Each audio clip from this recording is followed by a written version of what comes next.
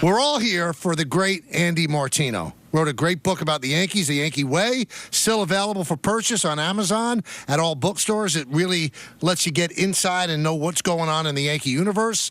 I was enthralled by it. I loved it.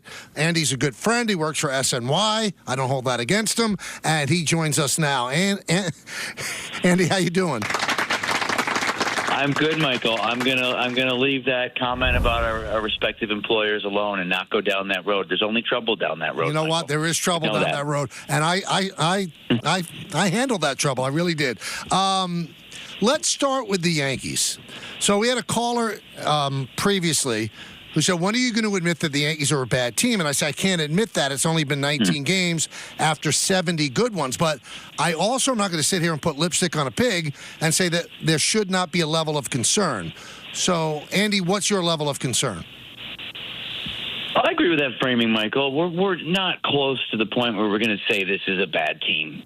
But I'm also not going to look down my nose at fans who are concerned. And frankly, there are times, I think, in our business when it's our job to try to step back and be more rational and objective, where we say, hey, you know what, everybody's freaking out, and they shouldn't be. In this case, the Yankees are playing so poorly, and some facets of it are so – by this I really especially mean the starting pitching – are so bizarre, and how quick the downturn has been. And there are other aspects like controlling the running game and the injuries to key offensive players that are not going anywhere, that it is hard to make a case that the Yankee fans shouldn't be somewhat concerned. Again, they were so good for so long that that's not to say that they can't find it again. But, yeah, concern's legitimate. It's been really bad.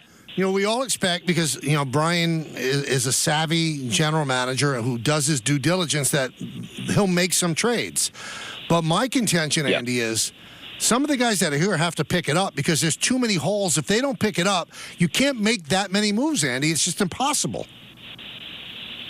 I totally agree. A couple of weeks ago, when I started reporting on the deadline, it was the Yankees were in a much better place, having the luxury of, okay, go get a couple of maybe a righty and a lefty swing and miss reliever. And if you feel like you have to address third base, do that. But now, like you said, Mike, there's so many holes popping up all over the place. The catcher situation is challenging because the guy that the pitchers love to work with, and Jose Trevino, is just, as I said, not controlling the running game. There's something wrong there with the throwing.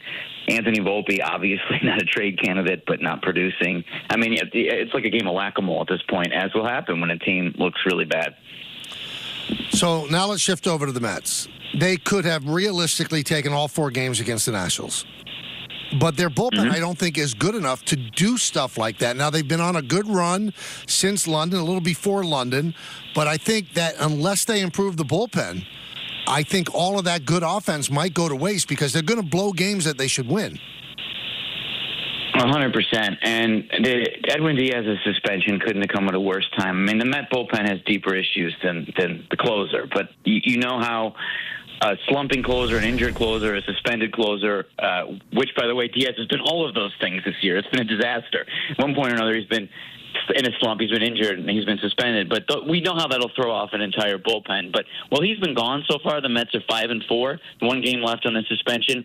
Bullpen has an ERA over 6 in that span, and all 4 of those games were blown leads. Yep. So to think that even Edwin Diaz at his best is going to address that on his own is no sure thing. And frankly, not to be a doomsayer, he could come back and look great. But this is a guy, been covering him ever since he got here in 2019, and his confidence is either off the charts good or just terrible. He's a confidence player who's either feeling it or he isn't.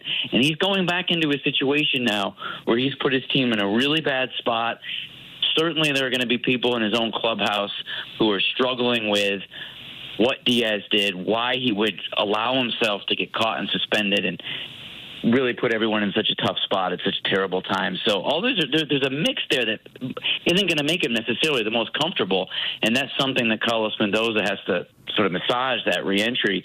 But if Diaz isn't himself, and we've been saying this all along on our shows, the Mets have no shot to contend. If he is himself, they still need to add to their bullpen, as we can see. And they've got some depth in the system and some starters who they can convert to relievers, so all is not lost. But, yeah, it hasn't been good. Andy Martino, MLB insider from SNY, a good friend of the show, is on with us on the Michael K. Show. Now, people that I respect, Andy, have told me about Diaz. He needs something to get a better grip on the baseball to throw his pitches. He does. Now, he cannot even think about going down the road of sticky stuff because the suspension will only be worse. Also, I was told that this is a guy who didn't pitch last year with the pitch clock, and he kind of needs more time. Are you worried that he might not be the Diaz from 2022? Only because of what I said before, Michael, with the confidence coming back in this odd social situation. Because if you look at the sticky stuff, I mean, I'll unpack that too. I think it's fair to assume that a pitcher who's throwing high 90s with a low to mid 90s slider prior to 2021, the sticky stuff enforcement, probably fair to guess that that guy was using something. The game was going that way, spin, velocity, sticky stuff. It all sort of went hand in hand. But there's no way that Diaz was doing consistently through 2021, 22, and the beginning, he was out 23, as you said, in the beginning of 24. There's no way he was doing what he did that night at Wrigley because he would have been caught. The hand was glistening. It was unbelievably sticky. The umpires who don't want to get in the middle of these things, who don't want to throw anyone out, who frankly, MLB would deny it, but umpires probably let guys who are a little sticky go, I would guess. Diaz was so egregious that there's no way he was doing that other times in the recent past, including his great season in 22, because as I said, he would have just been caught. So he was effective prior to that night. When he came back from the IL, he told me that not pitching in 23 led him to ramp up too quickly this spring. He got a little dead arm in his shoulder area from that ramp up, but the shoulder was structurally fine. He lost the feel for his fastball, lost the confidence in it, started throwing too many sliders, shoulders hurting, it snowballs. Next thing you know, he's on the IL, but when he came back, he was basically the Diaz of old. Everything was going great until this suspension. So if he can pick that back up, great. It begs the question why he would be so careless as to load up his hand like that Sunday night at Wrigley. But again, if he'd been doing that other than that night, you just have to presume he would have been suspended already. I guess that's something that could comfort Mets fans a little bit. All right, so you mentioned, they could convert some starters into the bullpen. Is there a possibility, because they do have a lot of starters, I give them credit, and they've got starters that are on contracts that are tradable, that they might trade a starter or two to get better bullpen pieces? Would they investigate that? They are thinking about it. They could be a team. They're considering buying, but say a guy like a Sean Manaea or a Jose Quintana could go. If the Mets are anywhere within spitting distance of the wild card, Michael, they're not trading Luis Severino, who would be one of the very best starters on the market. That's a guy that can really get you something for the future. But if the Mets are in it, Severino's staying. But you asked the right question about some of those depth starters they have. The question is, does Jose Quintana, who's really solid and who can help a contender in the back of your bullpen, get you an impact reliever? I don't necessarily think so. And considering the Mets are short of arms, and if you're trying to hang in a playoff race with a flawed team and a flawed pitching staff, to me the idea ultimately of trading pitchers away might sound good on paper, but that's tough. I don't think we've seen that threading the needle of buying or selling work all that well. Chaim Bloom tried it with the Red Sox, ended up looking like he was trying to be too clever, didn't really make the team better when he was doing that. So, yeah, I can tell you that the Mets are thinking about it. But if the team keeps playing well, it's just hard to see them subtracting anything meaningful. And also, here's something that scares me, Andy. We're talking with Andy Martino of SNY here on the K Show. This is what scares me.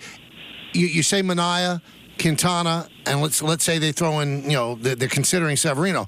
Well, the teams that are going to be trading relief pieces, let's say the White Sox, right? They don't need those guys. Those guys are veteran starters. It does nothing for them. They're not going to give up Garrett Crochet for that. So I don't know if there's a fit there to trade those veteran starters to a team that's out of it, because it does nothing for that team. I agree. In theory, it's why this buy-sell thing doesn't make sense to me, honestly, Michael. As I've looked at it, I've had the same thoughts. I know that the Mets are obviously not in any way a stupid front office. David Stearns knows what he's doing, and he's considering this. So maybe he's got a concept that he's kicked around with another GM that we haven't sniffed out yet. But, yeah, I agree with you. Not to mention the fact that if you're trading Sean Manaea to another, everybody's a contending team this year. So what are you doing? Helping your competitor? Right. And they're going to help you in the bullpen, and you're going to help them in the rotation? What's it going to be, the Cubs, the Cardinals, a team that's you're trying to leapfrog in the standings? It doesn't really wash when you get down to it. So I think it's, Smart GMs sometimes try to make, as I mentioned Bloom as an example, sometimes try to make the trade deadline more complicated than it is. The Mets are playing well, and they look like they might be able to actually get into the playoffs this year. They're going to try to make their club better. And maybe that means subtracting a non-essential piece from the roster. But I think that really what Mets fans want to know at the end of the day, Michael, is I think I trade Alonso and Severino, the two pieces that might actually get you something. And the answer is, unless they fall off a cliff. No, those guys are staying because the team has earned it. It's so interesting, though, because, so much is going to be put into when the trade deadline comes. So every team slumps, even the best teams in baseball. Look at the Yankees after 70 games, what they've done. So if the Mets go into one of those slumps, do they all of a sudden consider trading Pete Alonso? They might not be in it per se. I still think they'd have a difficult time selling that to a fan base to trade Alonso, and I don't get the sense that they're going to sign him. I think it's very shaky if they're going to sign him. Maybe 50-50 if you have to put out it's a hedge in a way to predict a 50-50 odds. But I agree with you that it's certainly no sure thing. There's still time for the season to go awry to the point where the Mets could be sellers, right? It's only July 5th. So the only thing that would be easy for Stearns and his group would be if the team just was bad again. I mean, easy on the level of making trade deadline decisions. So, okay, you're not in it anymore. You're 7 games back with 6 teams ahead of you.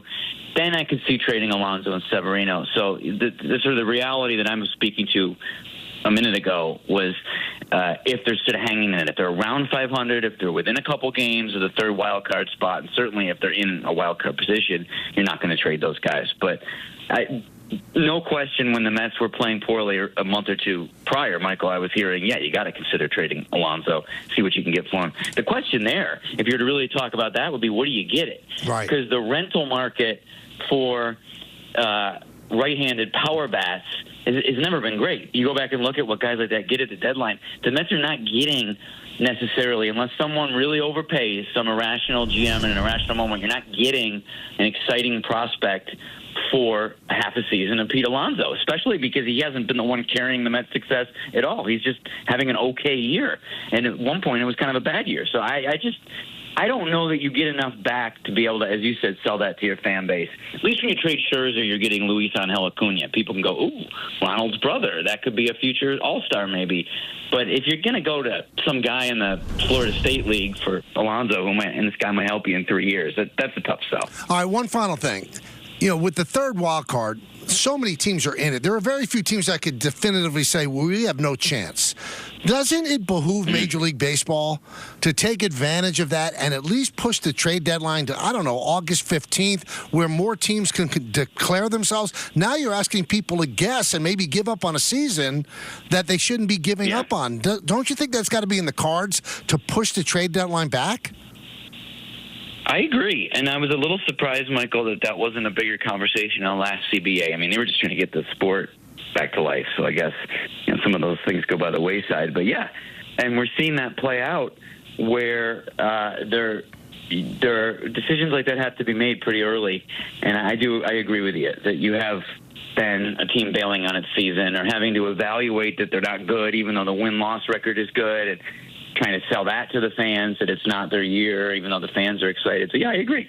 This is not great for the way it's been. And by the way, I know this isn't what you asked, but on this new setup, I really miss that one-game wild card, too, because as much as it was an unfair way to determine who progresses, now the divisions aren't incentivized either. So, to me, that's another issue that's come up with this new thing. Like the Yankees, you sort of think, well, the Yankees finished first, the Orioles finished first, whatever. One of them has to play a wild card series. That to me has been a flaw with the new system too. So there's a couple kinks there, I think. Andy, thank you for taking the time to talk with us. I appreciate it. Hope you have a great rest of the holiday weekend. We always love having you on. All right, Michael. Anytime. Thanks for having me.